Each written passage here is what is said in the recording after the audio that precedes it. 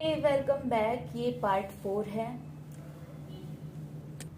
तो देखते हैं हम डिस्ट्रीब्यूटिव प्रॉपर्टी देखते हैं। डिस्ट्रीब्यूटिव ऑफ मल्टीप्लीकेशन और addition for the rational number. Rational number के लिए देखते हैं। ठीक है, इसके लिए पहले इन जनरल समझ लेते हैं। इसने डायरेक्ट एग्जांपल से बता दिया। इन जनरल क्या कहती है, a into B plus C किसके इक्वल होना चाहिए, a into B plus A into C के इक्वल होना चाहिए। क्या ये रैशनल नंबर के केस में होल्ड होगी? तो इसके लिए हम एग्जांपल लेते हैं। एग्जांपल इसने 3 रैशनल नंबर लिए।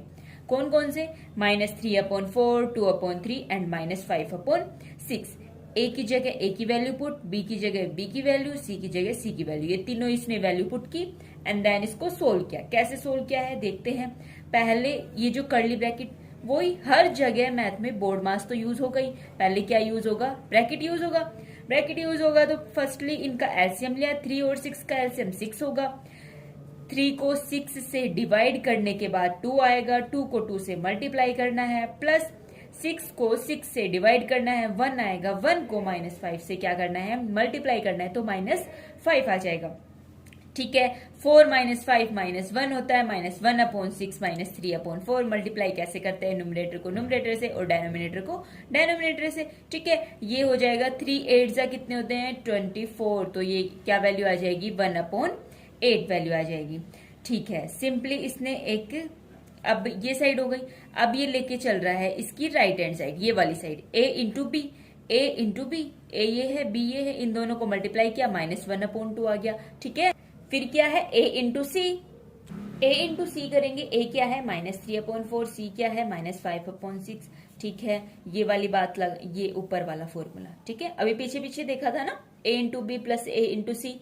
a इंटू बी की वैल्यू निकाली है ये, b a इंटू सी की वैल्यू निकाली है ये। इन दोनों को ऐड करते हैं। ऐड कैसे करते हैं रैशनल नंबर को?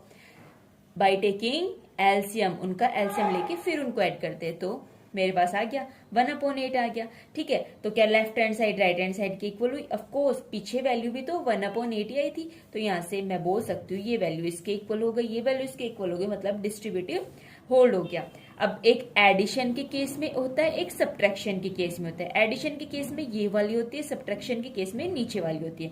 बस पॉजिटिव साइन की जगह नेगेटिव साइन आ जाता है, फिर इनको मल्टीप्लाई करते हैं एंड देन वैल्यू पुट करके हम इसको इजिली देख सकते हैं, सेम एज फॉर सब्ट्रैक्शन। ठीक है, अब इसने बोल रखा है कि ये दोनों ट्राई करो। ठीक है, चलो तो ट्राई कर लेते हैं, बोल ही रखा है तो कैसे करेंगे इनको? ये है a, ये है b और ये वैल्यू है c। By applying distributive property. ठीक है, डिस्ट्रीब्यूटिव क्या कहती है, ये इसकी राइट हैंड साइड दी हुई है, a into B plus a into C, ये वैल्यू दी हुई है। तो क्या मैं ये वाली अप्लाई कर सकती हूँ? ऑफकोर्स कर सकती हूँ। a इंटू बी क्या है, -3/12, c क्या है, 5/12। ओके, वेरी इजी हो जाएगा ये तो। 7/5, इसका एलसीएम क्या आ जाएगा, 12 आ जाएगा। -3 + 5, -3 + 5 मेरे पास क्या हो जाएगा, 2 हो जाएगा। फिर ये हो जाएगा 2/12। इसको तब मैं सोल्व करूंगी तो ये हो जाएगा 7/5 इंटू 1/6, 7/30। ये कैसे आया है, 2 6 जा 12, 1/6 और 7/30।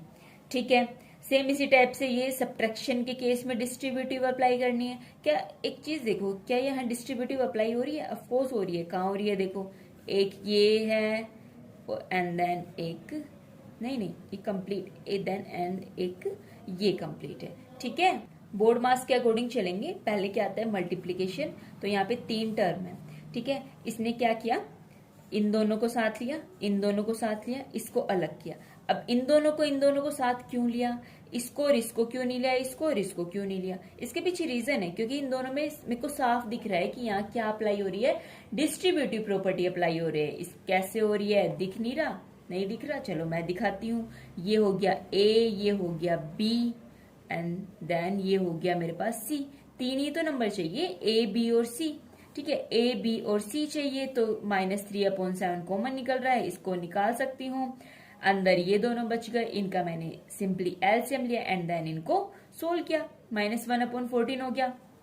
एलसीएम आ जाएगा 5, ऊपर हो जाएगा 5, 5 डिवाइड बाई 5 क्या हो जाएगा, 5/5 क्या हो जाएगा, 1 हो जाएगा। 1 से इसको मल्टीप्लाई कर दिया, -1/14 14 एंड देन इसका सिंपली मैंने एलसीएम लिया, 7 और 14 का एलसीएम क्या होता है, 14 होता है।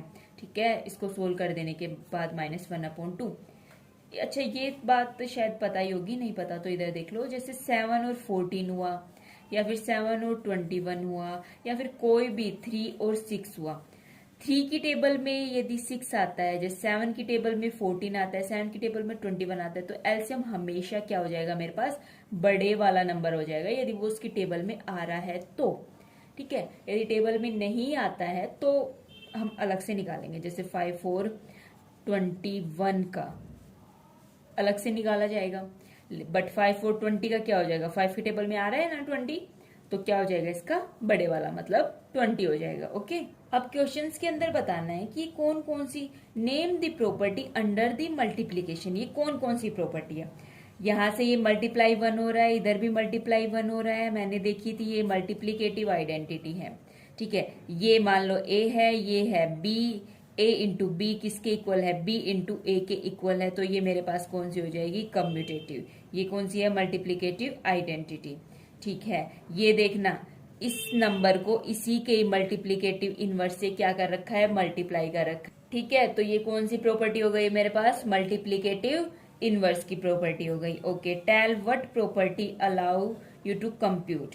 ओके, इसमें और इसमें वैसे तो साफ दिख रहा है कि एसोसिएटिव हो रही है।